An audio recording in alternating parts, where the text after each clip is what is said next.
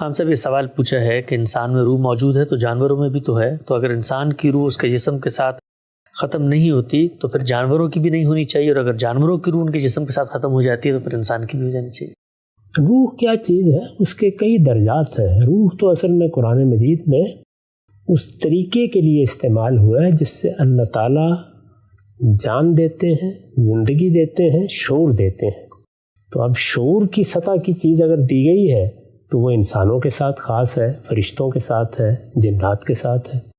اگر ایک جبلی نوعیت کی حیات عطا ہوئی ہے جس میں اتنا ہی شعور ہوتا ہے جتنا اپنی حفاظت کے لیے یا اپنی ضروریات پوری کرنے کے لیے ہے، اس کے لحاظ سے ہے، یہ سب کچھ کہاں جاتا ہے؟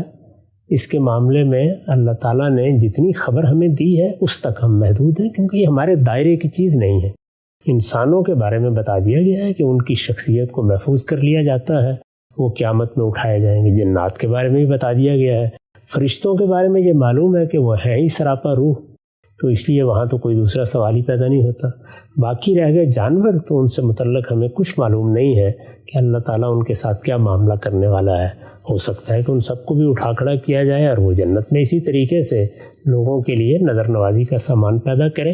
اللہ تعالیٰ آخر جنت کو ان خوبصورتیوں سے خالی تو نہیں کر لے گا۔ جگہ سے جب کہا جاتا ہے دنیا کے اندر ظاہری بات ہے چھوٹی عمر میں بچے فوت ہو جاتے ہیں، وہ جنت میں اسی صورت میں چلے جائیں گے، تو یہ بھی عین ممکن ہے اگر میرا کوئی پیٹ ہے، میرا کوئی پالتو جانور ہے، مجھے اس سے محبت ہے، میں اللہ سے تقاضا کروں تو وہی اللہ مجھے جنت میں دے دے۔ تو اصول بتا دیا گیا نا کہ جنت میں جو انسان چاہے گا اس کو مل جائے گا۔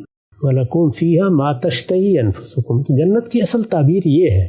اس میں اگر فہرست ایک لوگوں کے ہاتھ میں پکڑا دی جاتی تو پھر تو وہ محدود ہو جاتی۔ اللہ تعالیٰ نے تو لامحدود خبر دے دی ہے، جو چاہو گے تمہیں مل جائے گا وہاں۔